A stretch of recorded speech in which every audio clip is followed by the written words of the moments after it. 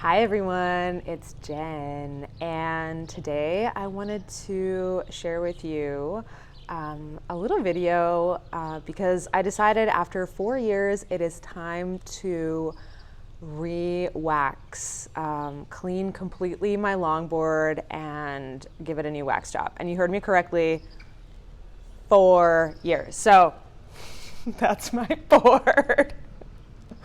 We're currently in my living room. Here we are. Welcome to my house. Welcome to my yard. Welcome to board waxing with Jen. Before I get into this video, this is a video if you, like me, are like really nerdy about waxing. So this is not, if you don't really care about your wax job, this video is probably not for you. I just wanted to say that right up the front and save you a little time. So I want to give you guys some tips on, first of all, how you can start with a really great wax job, what you need, the tools, the techniques, some of the tips that I personally use. It does take time, so if you're gonna do a longboard, this is why I kind of waited. Today's a rest day for me. I'm not surfing today, I'm just waxing my board. I mean, you can wax every year, you can wax at whatever frequency you feel like it to redo it fully. One of the benefits of peeling the wax off is, and I'll show you guys this in the process, is, oh my God, this place is so noisy. So one of the benefits of completely removing your wax is you will see any dings and places that need repair. So we'll kind of get there when we get there. But that's one of the benefits of waxing or taking everything off more frequently and waxing your board fully more frequently, is you will see any little things that maybe need addressing. You'll see those because sometimes they can get hidden and covered by wax. So we're gonna start with some of the tools you're going to need for this project.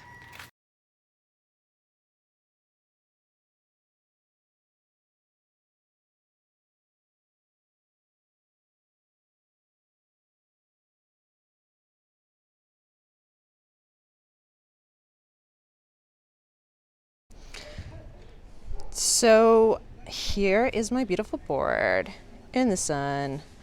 One of the things, you don't want to leave it too long in the sun, but what you're just trying to do here is like just soften the wax. So you don't want it to get too mushy and melty, but you do want it to get kind of soft. So I'm just going to show you guys a little handheld here with the scraper, what that might look like. Guys, with my handy scraper. So just going to like, oh, and it's not quite. So you can kind of see how it's like coming off.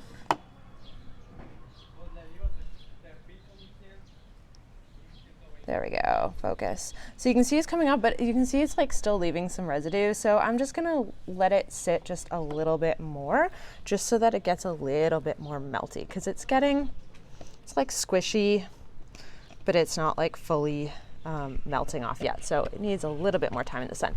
So we're gonna just see again if the wax is ready to come off. And I don't know if you guys can see, but it starts to get kind of really shiny, and that's how I know it's getting really melty. So, oh yeah, see how it just comes off like butter. I'm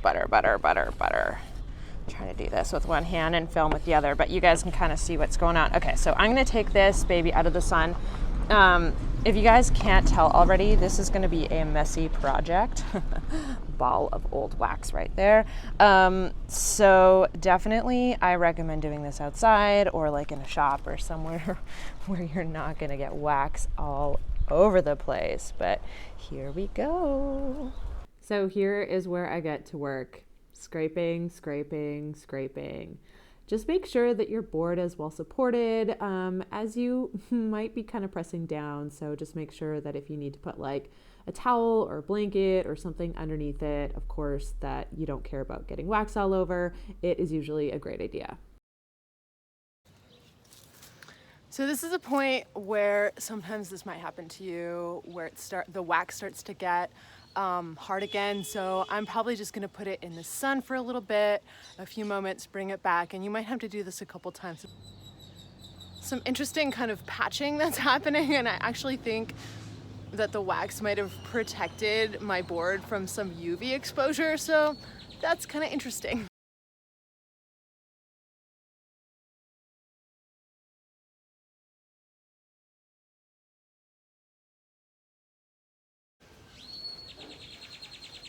I got most of it off, but check out this ball of wax. Like, okay.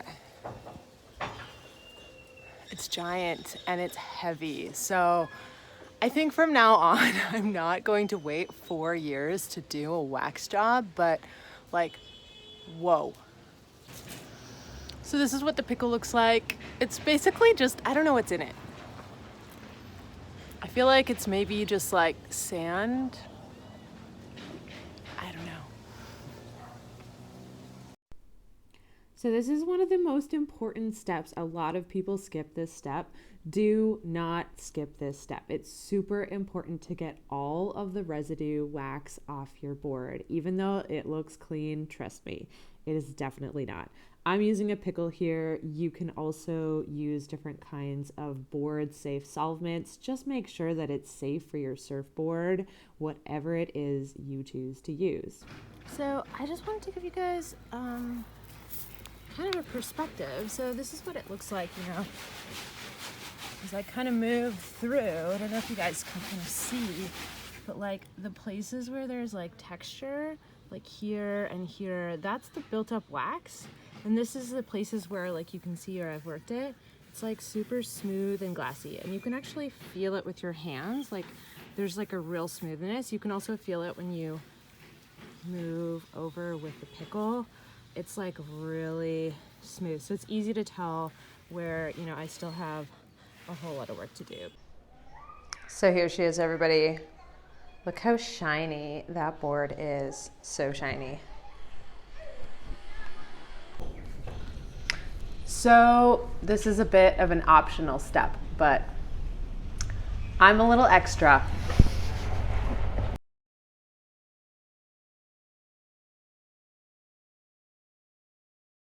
Some better angles of like the dings and the pressure dings, but this is a really good time where you can actually see, are there any new, like really examine the board. So like, do I have any new pressure dings? Are there any new things? Like there's some things that I know about on my board. You know, I know about, so there's some stuff on the nose, there's some damage there. I know about that. The nose has been repaired a couple times. There's a little bit of like, you know, that, and I know that is watertight. So this is really important because, you know, especially with my board is a, you know, I know about this one, it's a used board. And so, and I use it a lot. But, you know, for example, so here is a little example of, I don't know if you guys can see this outline here, but this is a pressure ding that is actually relatively new, and I can kind of see, it's kind of hard to tell, but that there's a little bit of cracking. So it still is watertight, but that's something that I'm just gonna want to really look at and observe and just make sure, you know, this is one of the reasons why it's so important to like really touch your board and like really feel and look and see what's going on with it. Okay, so the next step I'm gonna show you is the wax. This is, there's so many people do this differently. Everyone has a different way to do this. Anyway, if you wanna do cool, funky designs, I recommend doing it on your base coat because, or if you wanna write stuff or do cool stuff, because your base coat is kind of the base and it's going to be where all of the other layers of wax that you put on top eventually are all gonna go on top of your base coat. So for me personally, sometimes I kind of like to do different words. Sometimes I put mantras and then I kind of wax over it and you really can't even see or read it. But if you want to do something cool or a cool design, my cat really wants to be in the frame. Now is the time. So you will probably also have to kind of like reinforce it as you do the next couple layers.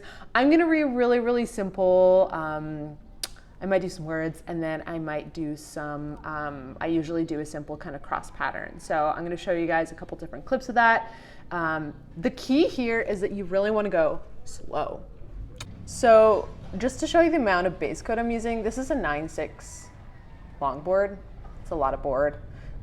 usually it requires a lot of wax. But in the way that I do this, the technique that I use, it doesn't use a whole lot of wax. So I think this is good because, as you guys saw from 4 years of laying wax on top, the less wax you kind of start with, the more you can kind of build on it slowly over time without totally like using ridiculous amounts of wax. Because it's not the quantity that's important, it's actually the quality of your wax job that will basically keep your board sticky, which is what we all want.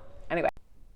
I like to start at the nose of the board and then work my way towards the tail. And I'm just dragging horizontal lines gently, just dragging the wax towards me, and I'm going to switch sides as you'll see. And again, I'm not pressing very hard. You really don't need to press hard. The idea here is you just want to create like a really thin coat that's going to add some grip and texture to the bottom. So I'm doing crisscross lines, diagonal lines, horizontal lines, vertical lines. It really doesn't need to be perfect. Just use a light hand and you will get there. I just want to quickly show you how much wax I used. So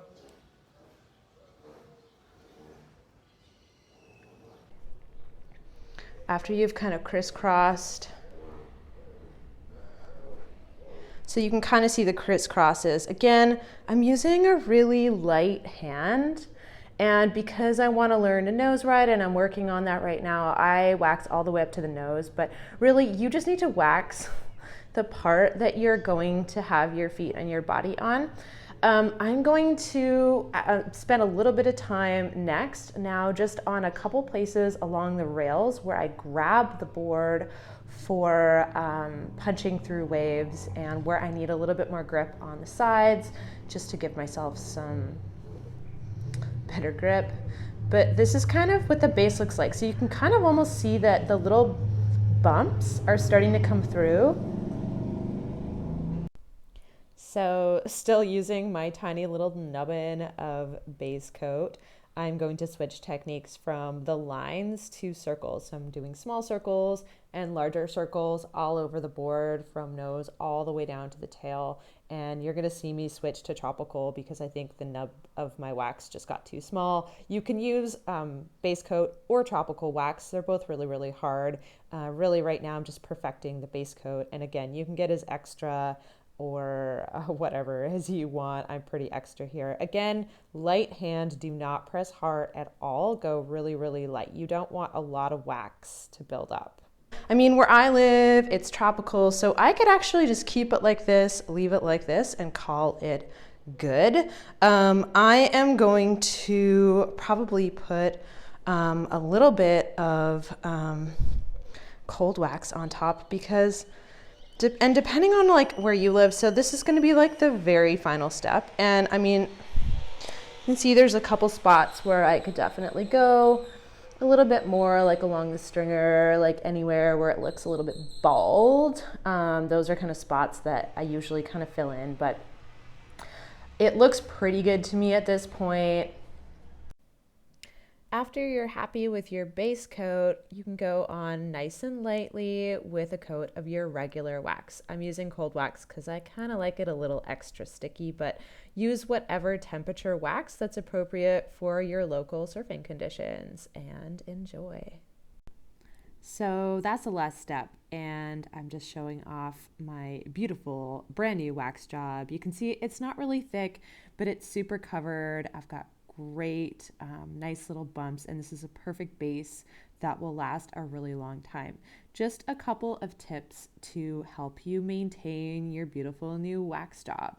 One, don't leave your board in the sun. It's just going to melt off and you're going to have to do this thing all over again. Two, try to keep it clean. I know it's really, really hard with the sun and the sand and everything. Try to protect your board always with towels, with a board bag, and really just keep your wonderful wax job protected. Well, guys, as you can see, that was a bit of a workout. I'm super like hot and sweaty. But my board is done. Yay! I'm so stoked to surf her again with like way less wax. I cannot believe. If you like this video, please share, please subscribe, and give it a like, as that helps me out and other people get to see it. And hopefully I've been able to give some tips that I don't really see a lot of other places. So that was a pretty solid little workout there. Anyway, bye for now.